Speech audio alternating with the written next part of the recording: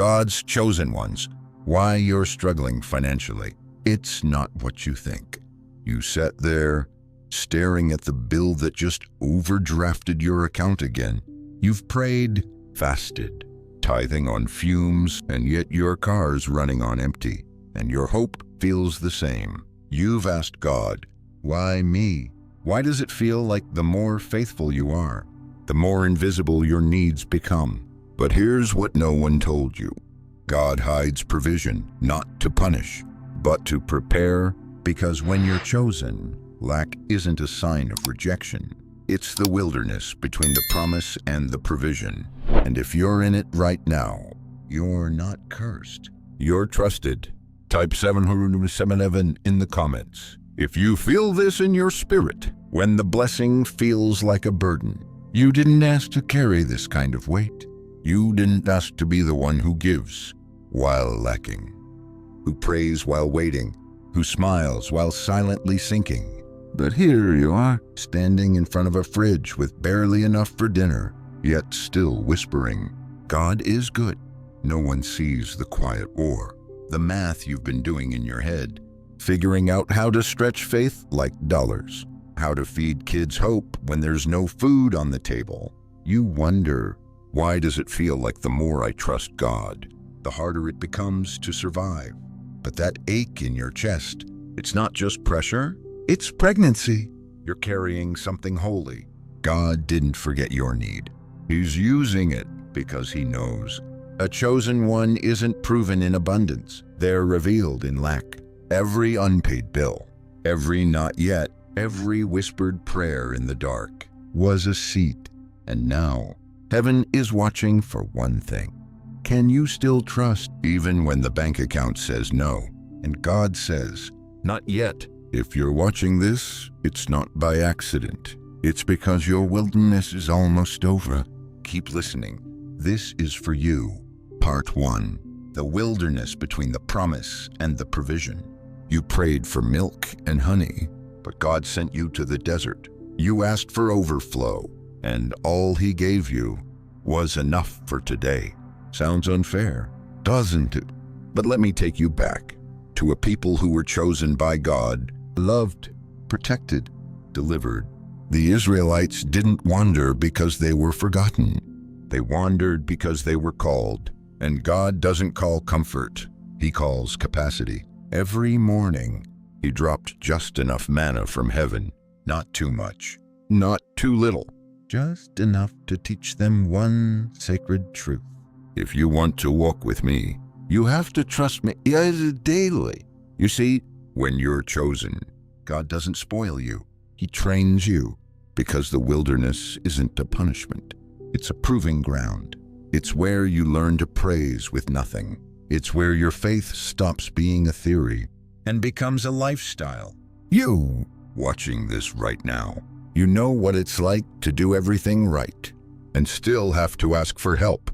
You've been faithful in the famine, and you wonder, why does it look like the wicked prosper while I'm over here just trying to survive? But look again, they're building on sand. You're being rooted in the rock. Because when the rain comes, their castles will fall. But you'll still be standing. God isn't holding back to hurt you. He's holding back so he can hold you. He's teaching your heart to beat in rhythm with his, not with your paycheck, not with the approval of others, not with the economy, but with heaven. What if this season wasn't meant to break you, but to break the system inside you that says, if I have more, I'll finally feel secure? No, beloved, if you have him, you are already secure. So here's your wilderness question. Can I trust God with nothing, the same way I praise him when I have everything? Because this isn't lack, it's preparation, and you're almost through. Type 777 if your wilderness has taught you to worship anyway. Part 2. Why the enemy wants you broke. The financial warfare against the chosen. It's not just a money problem, it's spiritual warfare. Because if the enemy can't take your soul, he'll try to take your stability. And if he can't steal your calling, he'll try to starve your confidence. Chosen one, Have you ever noticed how the enemy doesn't just hit your wallet? He hits your worship. He hits your peace. He hits your sleep. He whispers lies like, if God loved you, you wouldn't be in this mess. And suddenly, you stop praying bold prayers. You stop dreaming. You stop believing that breakthrough was ever meant for you. But here's what hell doesn't want you to know. Lack doesn't disqualify you. It activates you. God allows pressure to expose your posture. Do you beg or do you believe? Because what the enemy fears most isn't a rich Christian. It's a broke one who still tithes, still gives, still serves, still shows up with fire in their bones. Let me be real with you. The enemy doesn't attack empty houses. He attacks people who are full of promise. So of course your bank account feels like a battleground. Because you're carrying a legacy the devil can't afford to let live. Ever notice how every time you try to get ahead, something unexpected hits? The car breaks down. A bill you didn't see coming. You get a financial breakthrough, and then immediately something drains it. That's not just coincidence, that's coordination. Because money for you isn't about luxury, it's about mission. And the enemy knows. If you ever stop surviving long enough to breathe, you'll remember who you are. And when a chosen one remembers their power, hell trembles. Take a breath. You've been shaming yourself for struggling, but the real shame would be forgetting that your struggle is proof of your threat. You're not under attack because you're doing something wrong. You're under attack because you're about to do something holy. What if the real reason you're broke is because the enemy's terrified of what you'd build if you weren't? What would happen if you had breathing room, time to rest, room to create, resources to sow into others? That's why he's been trying to break your back with bills, because he knows once you're free, so is everyone connected to you. You were born to shift atmospheres, but right now, you're still fighting to keep the lights on. That ends here, because today, we expose the lie. You're not struggling because you're irresponsible. You're struggling because your calling is expensive, but heaven's about to fund it. What if the warfare over your finances is actually confirmation of the wealth you're being prepared to carry? Type 444 if you're breaking through the financial warfare and reclaiming your authority. Part 3. When God delays the blessing on purpose. You've asked this quietly, maybe even angrily. God, why haven't you come through yet? You've watched others succeed. Some who don't even acknowledge God. They seem to get everything easily. Meanwhile, you've been waiting. You've been sowing. You've been fasting. You've been faithful. But still, the breakthrough hasn't come. Can I tell you something sacred? God is not punishing you. He's preparing you. And yes, that's harder to hear than a simple yes to your prayer. But here's what the wilderness taught me. God doesn't delay to hurt you. He delays to shape you into someone who can carry the blessing without it crushing you. There's a reason he hasn't dropped it yet, because what he's building in you isn't about receiving, it's about becoming. Before God releases abundance, he forges integrity. Before he increases your bank account, he deepens your spiritual authority. Because what good is a full hand if your heart's still empty? Let me take you back to Joseph, anointed in his youth, dreams of greatness. But where did he go first? The pit. The prison. Why? Because a throne is easy to sit on, but character takes time to build. Had Joseph received the promotion too early, he would have ruled like a wounded boy, not a healed man. Chosen one, God didn't forget your request. He's just more committed to your maturity than your moment. He's not interested in giving you something you can't sustain. 'Cause here's the truth. Blessings given too soon become burdens too heavy. Maybe you've been measuring God's faithfulness by how much he's given you. But what if his restraint is actually proof of his care?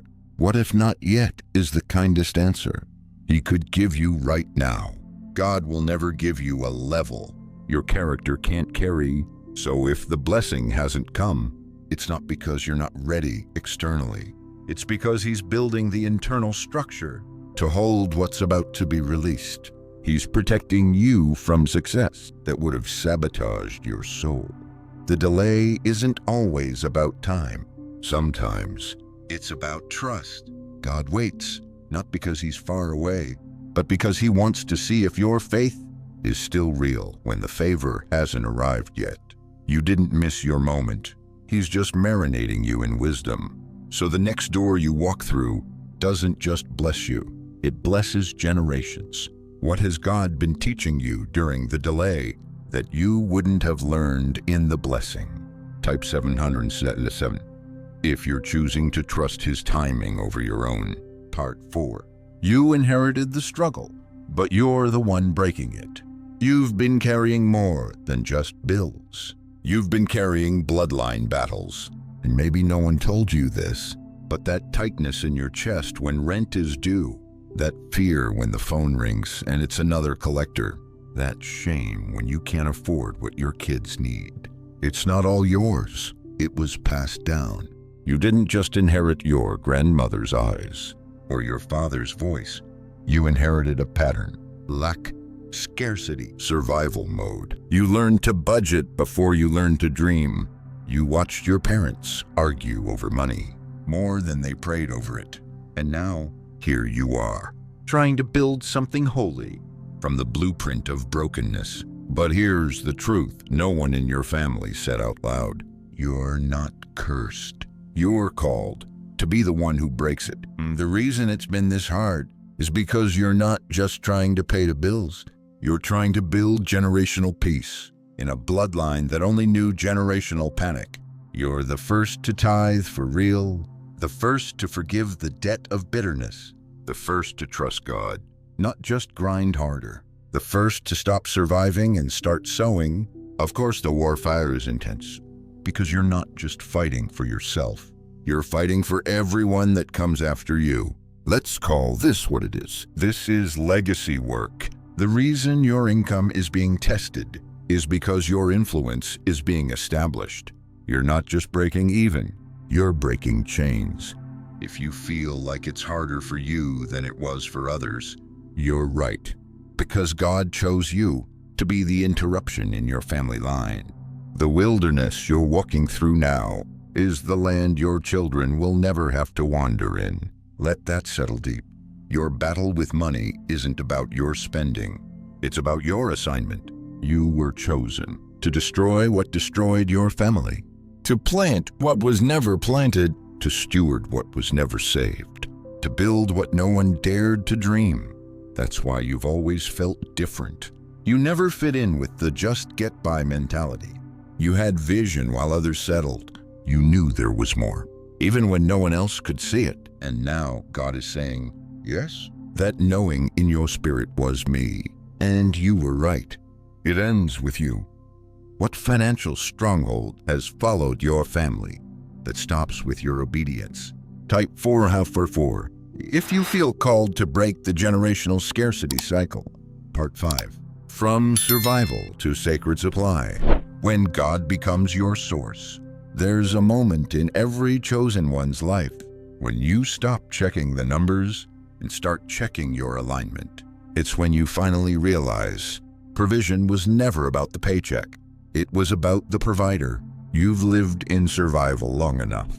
You know what it's like to pray over empty cabinets, stretch gas like it's sacred oil, smile through scarcity so no one knows you're drowning. But something in your spirit shifted lately, didn't it? You're not just praying for money anymore. You're praying for wisdom, for discernment, for God to not just give, but to guide. That's how you know the transition has begun.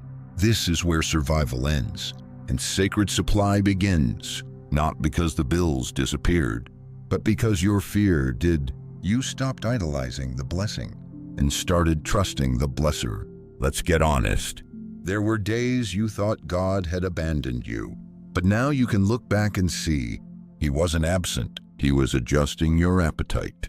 Because if he had given you overflow back then, you would have lost yourself in it. He wasn't just protecting the blessing, he was protecting you. Picture it. You're no longer begging heaven to pay your light bill. You're asking heaven to become your light, your source, your strategy, your security. Because sacred supply doesn't mean you never face lack again. It means lack never gets to define you again. There's a level of peace where even if the account is low, your faith stays high. You no longer tie your identity to income.